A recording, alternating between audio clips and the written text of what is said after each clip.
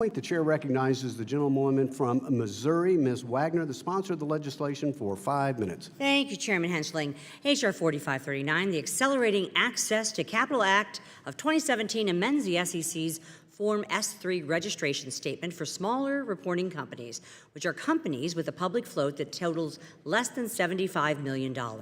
A public float total is calculated by adding up the amount of shares not held by private shareholders or employees. Specifically, this legislation would extend these smaller reporting companies the ability to utilize Form S-3, a much more simplified registration for companies that have already met prior reporting requirements with the SEC. Currently, Form S-3 is only available to companies with a public float of at least $75 million and have had reporting history of at least 12 months with the SEC. Additionally, the form may be used by smaller reporting companies with a security traded on a national securities exchange, but are generally limited in their use of the form. H.R. 4539 would allow smaller companies access to Form S-3, acting on a recommendation included in the SEC's Government Business Forum on Small Business Capital Formation's final report of 2012. Previously, a 2006 SEC Advisory Panel Committee on Smaller Public Companies recommended that all reporting companies, regardless of public float or exchange-related status, should be allowed to use the Form S-3.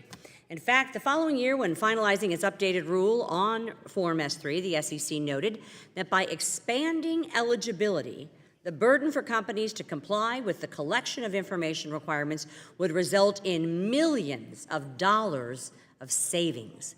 Although the 2007 rule stopped short, the move highlighted the further need to reduce costs. The need to update and expand the use of Form S-3 also has support of industry. At an April 2014 hearing before the Capital Markets Subcommittee, Brian Hahn, who testified on behalf of the biotechnology industry, stated the bill would, and I quote, increase the pool of companies eligible to use Form S-3 to register for an offering.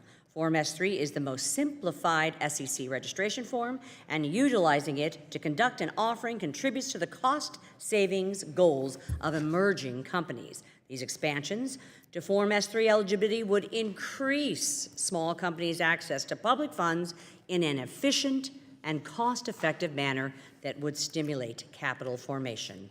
I end quote. I'd like to close, Mr. Chairman, by highlighting a company that I have mentioned numerous times, but I believe their story bears repeating.